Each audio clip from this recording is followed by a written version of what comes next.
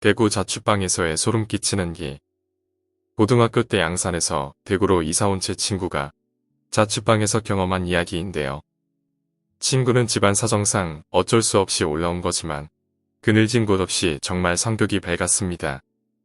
그 나이쯤에 친구 무리들 중 자취하는 친구가 있다면 어김없이 친구들이 그곳을 아지트로 삼아 모이게 되었죠. 저희 친구들도 그렇게 다르진 않았습니다. 학교를 마치고 오락실에서 게임을 하다가 저녁쯤에 친구 자취방을 아지트 삼아 자랑은 아니지만 술도 조금 하고 담배도 조금 하고 뭐 그랬습니다. 덕분에 친구 자취방은 항상 시끄러웠고요. 그 덕에 시끄럽다며 항상 집주인에게 쫓겨났기에 친구는 자취방을 자주 옮겨 다녀야 했습니다. 그렇지만 어찌나 마음이 태평양 같은 놈인지 그런 상황에서도 실은 내색 한 번 하지 않고 오히려 미안해하는 우리 보고 신경 쓰지 말고 짐이나 좀 옮겨줘 라며 쿨하게 넘어가는 대인배였죠. 그리고 김없이 또 쫓겨난 후방을 알아보던 중에 아주 기가 막힌 곳을 찾았답니다. 보증금도 없이 월 10만원이라는 솔깃한 조건에 그런 방이 후져서 그렇겠지라고 생각했지만 방도 널찍한 데다 싱크대까지 있는 주방에 햇빛도 잘 드는 누가 봐도 괜찮은 방이었습니다. 한 가지 안타까웠던 건 화장실과 세면대였죠. 후세식에다가 방에서 나와 조금 걸어야 했던 외장형 화장실에 세면을 할 수 있는 곳은 마당 중앙에 있는 호스로 물을 뽑아 쓰는 옛날식 세면대였던 게 좀 아쉬웠죠. 하지만 무엇보다 친구놈한테 입맛이 당겼던 건 주인 집에 사람이 살지 않는다는 것이었습니다. 본체가 있긴 한데 문만 잠겨 있고 주인 당사자는 다른 동네에서 산다고 했다네요.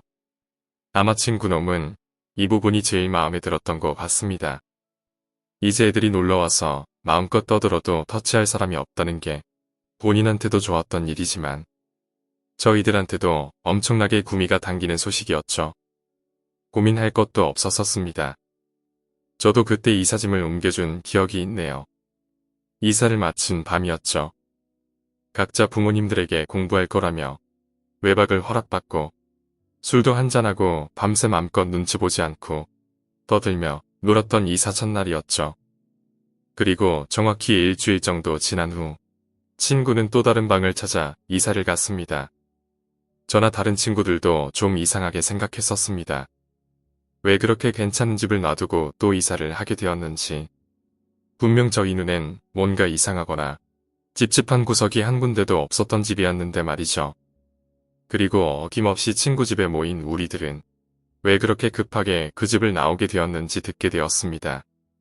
저도 당시 다른 이상한 점은 느끼지 못했지만 다만 몇 가지. 집 자체가 혼자 지내기엔 너무 황량해 보였던 것이었고 그리고 괜찮은 집인데 왜 주인 집은 굳이 월세를 놓고 본인들은 다른 집에서 사는지. 두 가지는 솔직히 약간의 찝찝함이 있었던 건데 친구에게서 들은 이야기대로라면 그곳에 사람이 못 살 수밖에 없는 이유가 있더군요. 친구가 들려준 이야기는 이놈이 이사를 마치고 며칠 동안 만족감을 느끼며 꽤 흐뭇해했다고 합니다. 친구들과도 맘껏 놀 수 있고 누구 하나 터치할 사람조차 없었기에 진짜 만족감은 절정이었다고 하는데요. 그 일을 겪은 것은 목요일이었죠. 그늘도 어김없이 친구들과 놀다 각자의 집으로 귀가한 뒤 혼자 남은 상황에서 겪었던 일이라고 합니다. 저희들이 가고 난 뒤에 혼자 남았던 친구는 심심해서 컴퓨터 게임에만 몰입하고 있었답니다. 솔직히 이놈이 겁이 좀 많아서 화장실이 밖에 있다 보니 계속 대변을 참고 있었답니다. 미련한 놈이 그렇다고 게임에 집중하며 하복부에 힘을 빼지 않고 견뎌내고 있었답니다.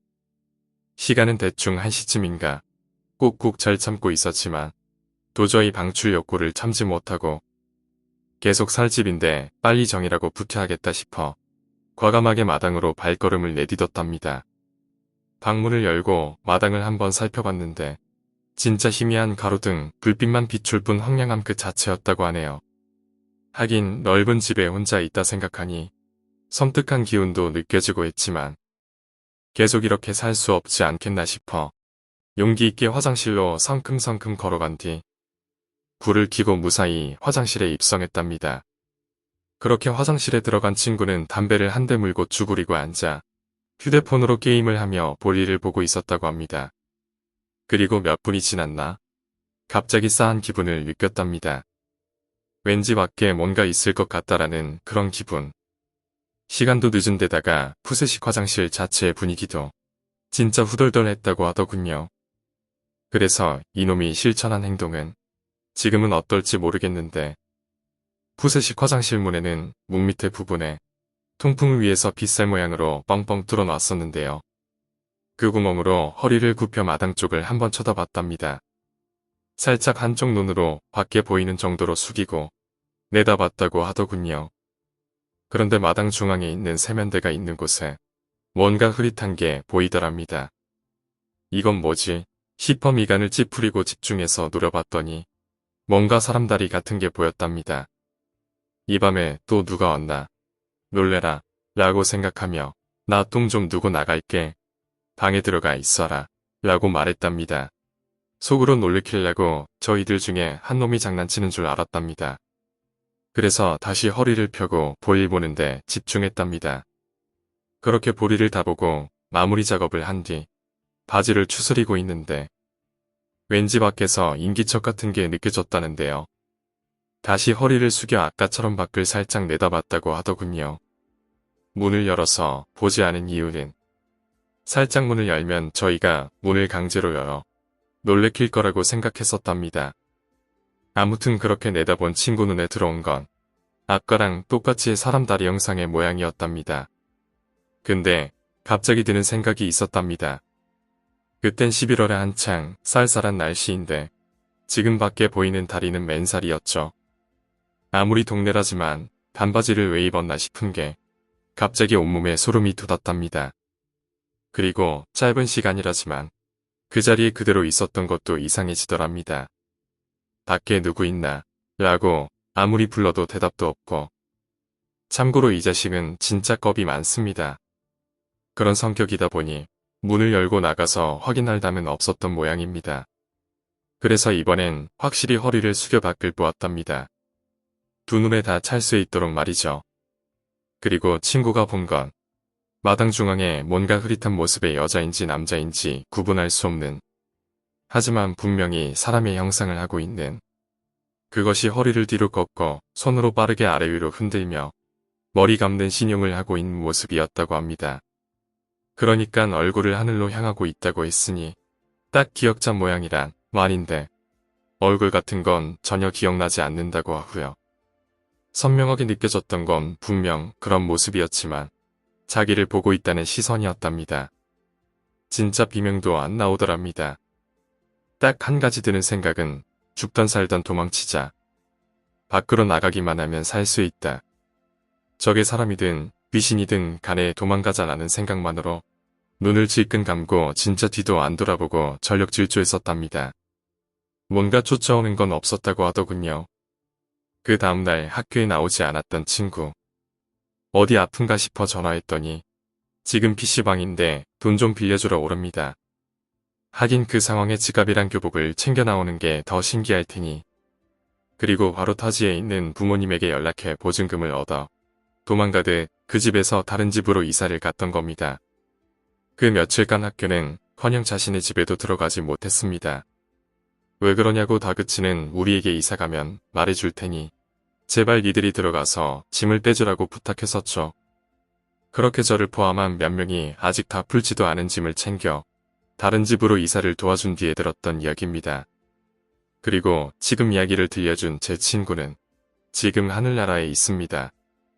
이 일이 있고 몇 년 뒤 20살이 되던 해 겨울에 오토바이 사고를 당했습니다. 다행인지 불행인지 저는 이렇게 살아있지만 제 친구는 그렇게 먼저 갔습니다.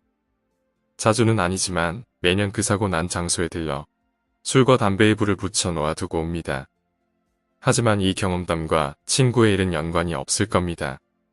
사람마다 운명이라는 게 있다고 하니까요. 그래도 너무 많이 보고 싶네요. 오늘 이야기는 여기까지입니다. 오늘 이야기가 재미있으셨다면 구독과 좋아요, 댓글 부탁드립니다. 댓글은 저에게 큰 힘이 됩니다. 감사합니다.